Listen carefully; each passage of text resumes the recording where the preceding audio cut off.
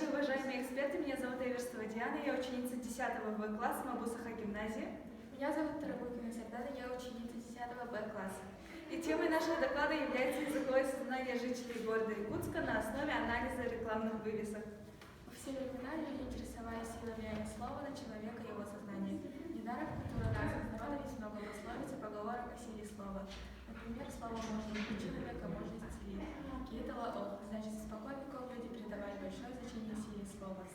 На данном этапе развития общества возникает проблема экологии языка, чрезмерное употребление английских слов. Якутск отличается многонациональностью, и поэтому возникает необходимость изучения языкового сознания жителей культурно-городского социума.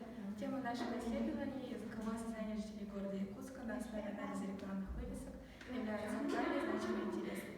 Мы поставили перед собой цель выявить особенности языкового сознания горожан через название учреждений. Объект – языковое сознание. Предметами является лексика, используемая в названиях учреждений. Методы: первое – изучение теоретического материала, второе – сбор материала наблюдения, третье – языковой анализ, четвертое – классификация, пятое – обобщение.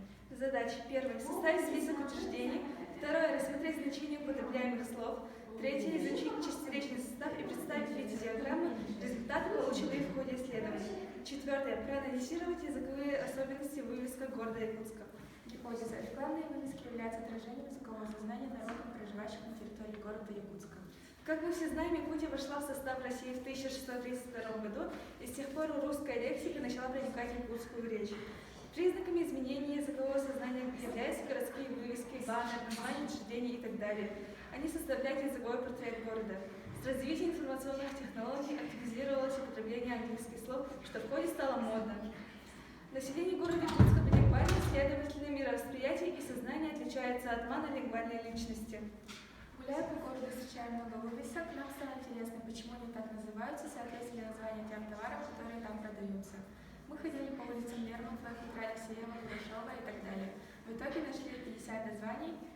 И, например, магазин электроники «Телезавр», здесь объединено два слова: телевизор и динозавр, существительное является неологизмом.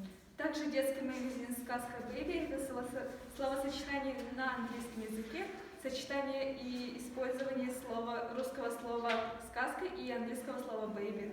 Также мы показали наши таблицы.